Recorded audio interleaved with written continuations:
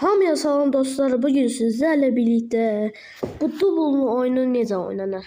Yani bilmirsiniz de, yani birçoğunuz bilmir. Bu videoyu izleyende deyirsiniz ki buna oyun düşüyor, bu kartdır yoksa. Hə, bəli, tabii ki de kartdır.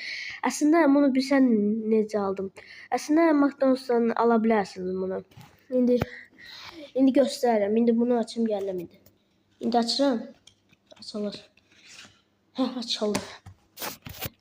Dostlar, kartın şəkli belədir. Deyirsiniz ki, bu necə oynanacaq indi. Onu birazdan göstərəcəm necə oynanacaq.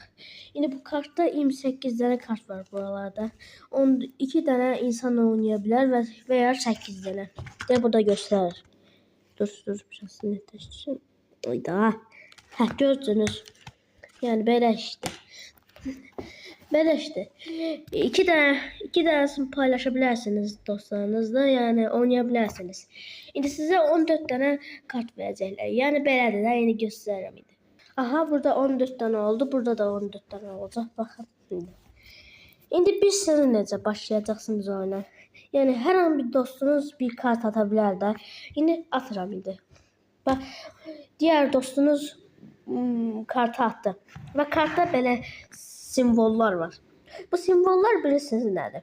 Bu simvolların eynisini tapmalıyıq.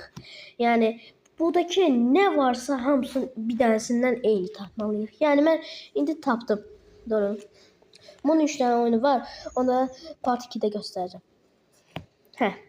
Yeni gösterdim. Görürsünüz bu futbol topu burada var. Ona göre de bunu koyabilirim.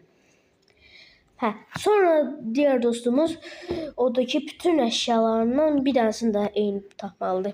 Yani hansı istəyirsə tapa bilər. İndi göstərim. Aha, burada saha var. İndi bunu koyuruq bura. Yani burada bununla eynidir.